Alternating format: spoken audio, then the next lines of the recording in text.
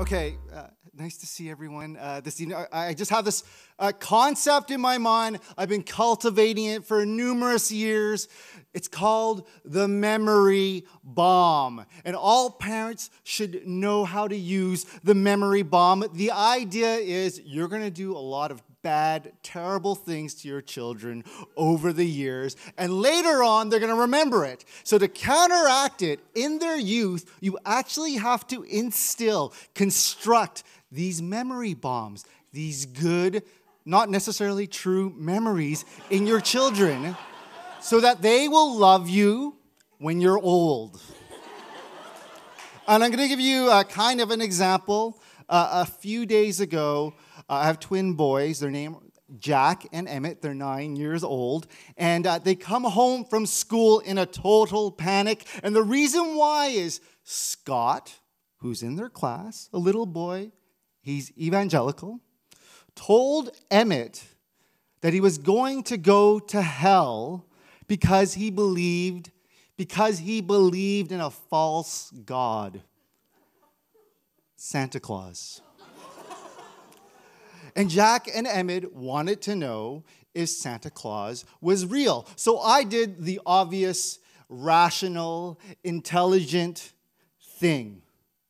I said that Santa Claus isn't imaginary. I told them that Santa Claus is real. And they're like, you mean like the Easter Bunny, the Tooth Fairy, and Jesus? And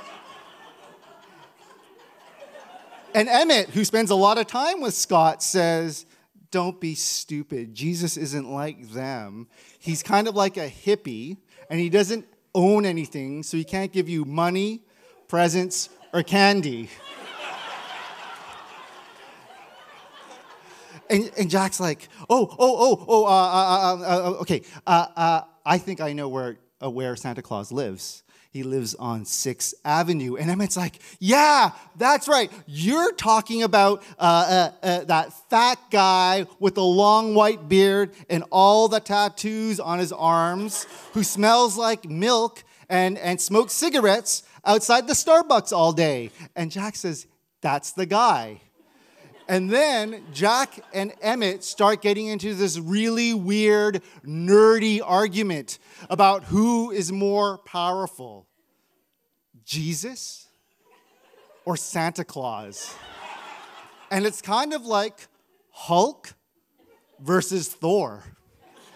And Jack's like, well, Santa Claus is 400 years old, okay? And I bet you he's so tough that he eats the dead reindeers when they die.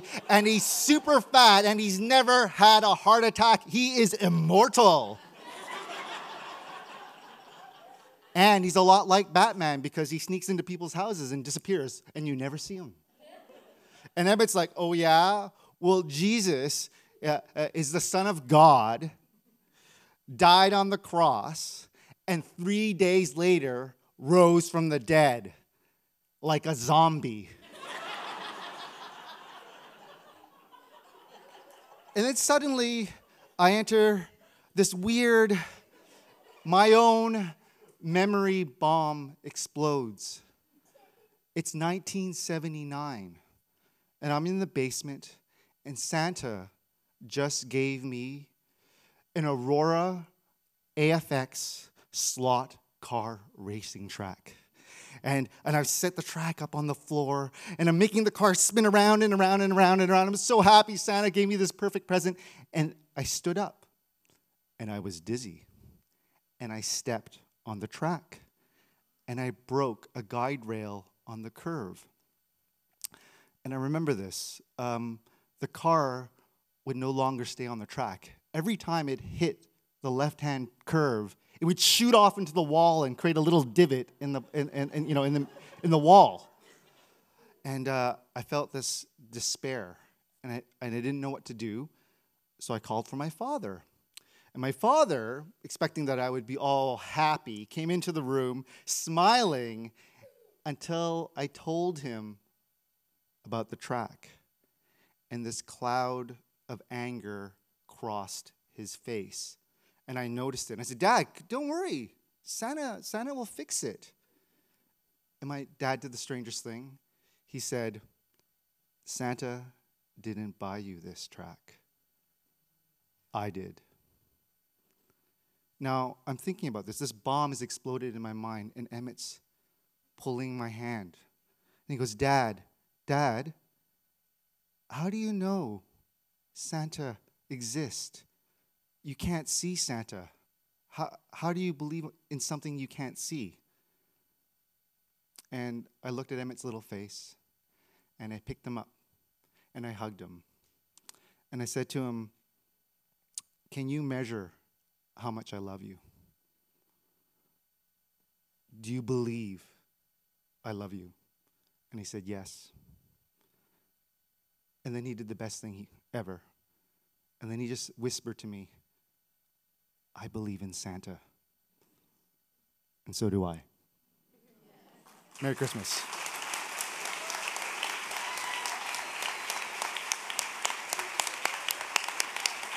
JJ Lee.